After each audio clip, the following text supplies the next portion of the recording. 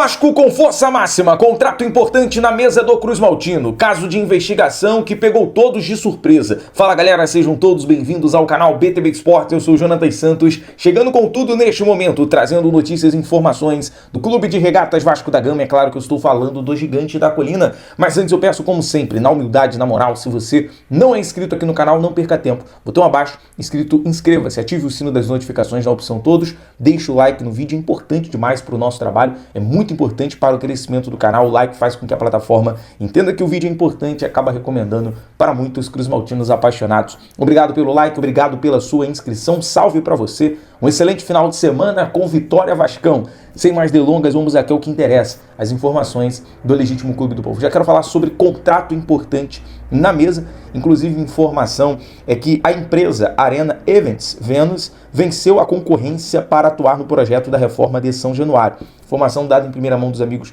do canal Atenção Vascaínos. E hoje, o BTB Esportes, em conjunto com o podcast Cruz Maltino, trouxe nas redes sociais uma atualização dessa informação sobre o acordo que o Vasco pretende realizar junto à empresa e a forma estratégica que a empresa vai atuar para poder beneficiar de uma forma geral e rentabilizar sobre isso. A empresa foi responsável, inclusive, por cuidar de toda a infraestrutura da Olimpíada de 2016 no Rio de Janeiro, da Copa do Mundo em 2014 no Brasil. Além disso, também atuou no projeto do CT do Red Bull Bragantino e do Novo Pacaembu. Então é uma empresa que tem um know-how, um conhecimento no modo geral, para poder buscar lucros, desenvolvimento, até a estratégia em relação aos objetivos da reforma e ampliação de São Januário. A atualização é que o contrato com o Vasco, que ainda não foi assinado, mas o principal escopo é planejar, elaborar um projeto financeiro da obra, ou seja, o business plan. O orçamento ao projeto inclui estimativas de receitas, definição da capacidade ideal e setorização do estádio para maximizar a rentabilidade, ou seja, a empresa é especializada em poder criar uma estratégia para o desenvolvimento financeiro, para você justamente ali saber onde está colocando os pés, para você, obviamente, ter uma renda melhor, O Vasco já visando, planejando, obviamente pensando na rentabilidade, nos lucros em relação à questão da reforma e ampliação de São Januário. Mudando aqui de assunto sobre esse acordo aí pré-fechado, falta, claro, a assinatura com a empresa, como foi noticiado hoje, falar sobre o jogo importante contra o Bragantino, gente? 30ª rodada do Campeonato Brasileiro, quando vira o dígito para 30 no Brasileirão, é um sinal que o campeonato está acabando, faltando aí 8 rodadas, e é eminente de desfrutar e comemorar a evolução do Vasco na competição. E é o seguinte, o Vasco se prepara, teve mais um treinamento pela manhã, haverá mais uma atividade no CT Moacir Barbosa, e pelo que acompanhamos, tanto nas informações, como também pela Vasco TV, o empenho, o desenvolvimento, o Diniz ali muito próximo dos jogadores, orientando. Hoje, inclusive, na tela da Vasco TV, até apareceu ali o Maurício Lemos treinando com a equipe.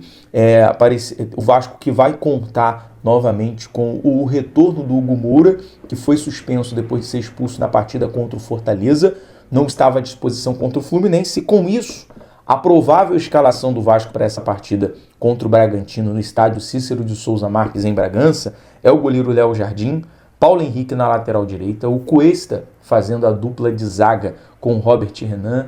Tomara que se mantenham aí sem tomar gol, como foi contra o Fluminense, contra o Fortaleza, contra o Cruzeiro, mantenha esse ritmo. Piton na lateral esquerda, aí o Hugo Moura retornando na volância com o Cauã Barros, meio campo Felipe Coutinho, mágico ali, sempre com uma carta na manga nas jogadas. Martinelli, inclusive, teve pesadelo com o Felipe Coutinho. Andrés Gomes, Ryan e Nuno Moreira, esse é o ataque do Vasco, A princípio, quem deve ficar à beira do gramado não foi definido, mas ou é o Ricardo Cobaltini ou o Evandro Fornari, um dos dois auxiliares ali do técnico Fernando Diniz. Wagner Bertelli é o preparador físico. O Diniz deve ter aquele famoso rádio, deve ter aquele famoso contato ali da cabine com o treinador que vai estar ali à beira do gramado, mas basicamente para poder dar as orientações. Mas o Diniz vai fazer aquela preleção final, vai ter aquele momento ali final. Eu falo em cabine, mas teremos uma confirmação se o Diniz vai viajar com a delegação ou não amanhã no embarque do Vasco, né? Vamos ter essa informação mais preciso. A princípio, a delegação do Vasco tem a costume ficar concentrado no Bourbon Atibaia, né, que fica próximo ali de Bragança. A gente vai ter essa confirmação amanhã também no embarque, mas a princípio vamos falar sobre, essas são as informações do time titular. Sobre o Bragantino, que perdeu para o Juventude na última rodada por 1-0 no Alfredo Jaconi, e demonstra, né, o técnico Fernando Seabra, na coletiva, demonstra uma preocupação muito grande com a maneira, né, como o Bragantino teve uma decrescente na temporada. Começou muito bem, até disputando ali as primeiras posições do campeonato, mas caiu muito o rendimento do Bragantino. É um time que no Cícero de Souza Marques, assim como era no Nabi Abichedi, é um time que costuma impor o seu ritmo, ter os seus domínios de jogo, mas acaba também no segundo tempo caindo muito ritmo, muito.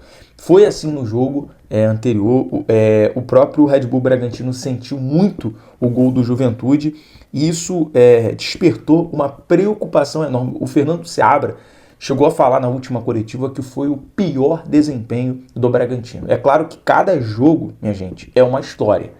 Cada jogo é uma história e o Vasco tem que se organizar, tem que se preparar, porque, trazendo aqui a provável escalação, Cleiton no gol, Hurtado na lateral direita, Gustavo Marques e Alix Vinícius na zaga, Vanderlan na lateral esquerda, o Gabriel e o Eric Ramírez também no meio campo. Ele tem uma opção na lateral, ou Vanderlan ou o Juninho Capixaba também pode fazer um papel até de ponta. O meio campo, camisa 10, o John, e o ataque, Thiago Borbas com o La Quintana. O La Quintana atua também como uma ponta ali no lado direito, com muita velocidade, camisa 33 do Bragantino. Tem que ter muito cuidado, tanto com o Capixaba de um lado, na esquerda, e o La Quintana na direita. Então o Capixaba pode utilizar de ponta ou de lateral, ele pode fazer um meio campo mais fechado. Enfim, vamos aguardar. Tendo mais novidades do Bragantino, eu trago no nosso vídeo de pré-jogo. Vou dar uma estudada também nos últimos jogos. Eu dei uma olhada como foi contra o Juventude. O Bragantino foi no Cícero Marques, dominou muito a equipe do Fluminense, engoliu o Fluminense por 4-2, inclusive foi esse jogo que eu acompanhei. Teve um jogo muito corrido contra o Santos, foi 2-2.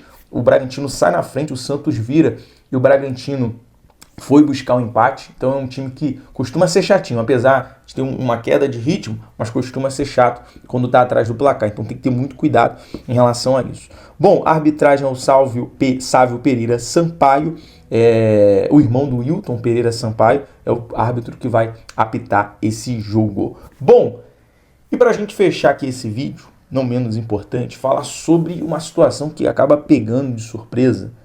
Mas é aquilo, né?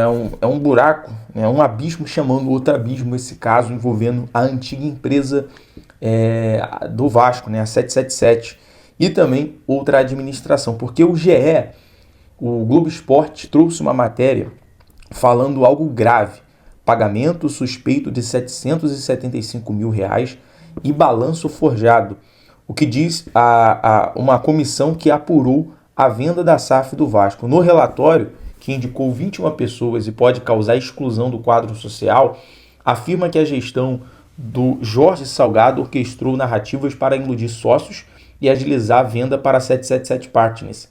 No total, né, de 21 pessoas que foram indicados no processo, que pode causar essa exclusão, entre as principais acusações citadas no documento está o pagamento desses 775 mil a uma empresa em Blumenau, sem que a comissão tivesse encontrado indícios de que a empresa prestou algum tipo de serviço para o Vasco. Além disso, o relatório cita um depoimento de um ex-funcionário que afirma que o valor da dívida do clube associativo foi forjado no balanço patrimonial apresentado antes da constituição da SAF, deixando, entre aspas, embaixo do tapete, nas palavras da comissão, uma dívida dissimulada de mais de 200 milhões. Cara, depois vale a pena ler de forma completa essa matéria do GE, que está com riqueza de detalhes, essa acusação grave, né? É uma investigação grave, é um caso de investigação realmente, sobre tudo que foi apresentado, né? E que bom o Vasco conseguiu se livrar dessa anti-limpeza, mas são requisitos que vale o Vasco correr atrás hoje para buscar os seus direitos. Tem mais novidades, nós vamos trazer aqui para você. Falando em São Januário, só para fechar aqui rapidinho, galera, nosso amigo Luiz Amadeu foi em São Januário hoje, registrou umas imagens, tá, do gramado sendo irrigado. O aspecto ainda chama atenção pela mutação que a grama vem sofrendo ainda. Apesar dos tratamentos realizados, as manchas ainda são visíveis, mas vale ressaltar que elas não interferem na prática do futebol, né? O Vasco vem tentando resolver aquele problema dos fungos, da mancha lá do gramado. Tendo mais alguma novidade, eu trago aqui para vocês. BTB Esportes em todos os lugares. Saudações vascaínos, um abraço, até o próximo vídeo.